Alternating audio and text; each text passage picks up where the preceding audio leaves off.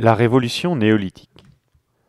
Au cours de la préhistoire, comment la vie des populations est-elle transformée par l'invention de l'agriculture et de l'élevage? D'abord, les premiers paysans de l'humanité. Au Paléolithique, les hommes et les femmes sont des nomades, c'est-à-dire des chasseurs-cueilleurs. Souvenez-vous de la première leçon. Vers 10 000 ans avant Jésus-Christ, ils commencent à récolter des graines dans la nature qu'ils sèment et cultivent. Ils apprivoisent des animaux sauvages et les élèvent.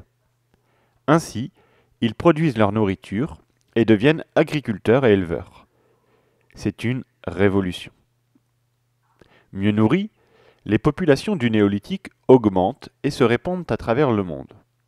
Entre 9000 et 5000 avant Jésus-Christ, l'agriculture, c'est-à-dire le travail de la terre pour produire des plantes et élever des animaux, et l'élevage se développent.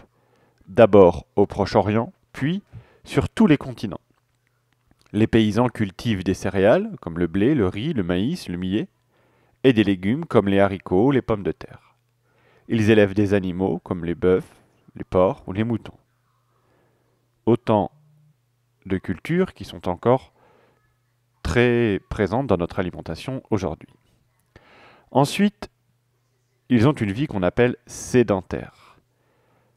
En raison de leurs activités agricoles, les populations se regroupent en villages. Elles deviennent sédentaires, c'est-à-dire qu'elles vivent dans un habitat fixe et s'opposent, du fait, aux nomades. Ces populations défrichent les forêts, c'est-à-dire qu'elles enlèvent les arbres, pour exploiter la terre et construisent des villages qui peuvent atteindre plusieurs milliers d'habitants.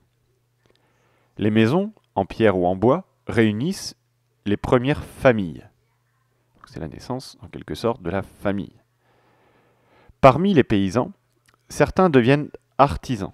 Alors, un artisan, c'est une personne qui fabrique des objets à la main, et ils inventent des nouveaux outils en silex poli, comme des haches pour couper le bois et défricher, des faucilles pour récolter les céréales, des arères pour travailler la terre.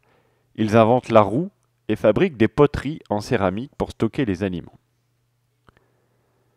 Cette période voit aussi l'arrivée d'une nouvelle vie en société. Dans le village, des règles sont mises en place pour vivre ensemble. Des inégalités apparaissent, visibles dans les tombes où les chefs se distinguent par la présence d'objets de prestige comme des bijoux. Entre les communautés villageoises, des tensions existent, dont témoignent les fouilles archéologiques.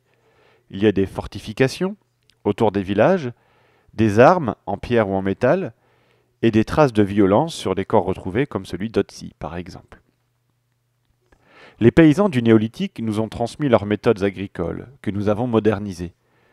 Nous nous nourrissons toujours de céréales, de viande, de légumes, les villages sont toujours présents.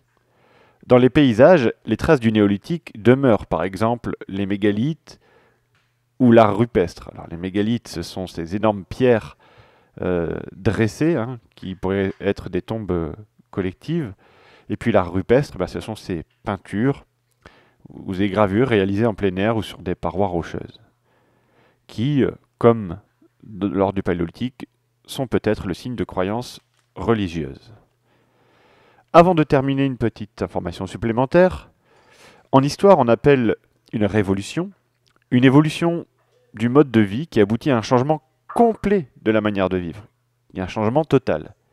Pour le néolithique, on parle de révolution, car les nomades, chasseurs-cueilleurs du Paléolithique, sont devenus des sédentaires, agriculteurs, éleveurs. Voilà, à bientôt pour la prochaine leçon.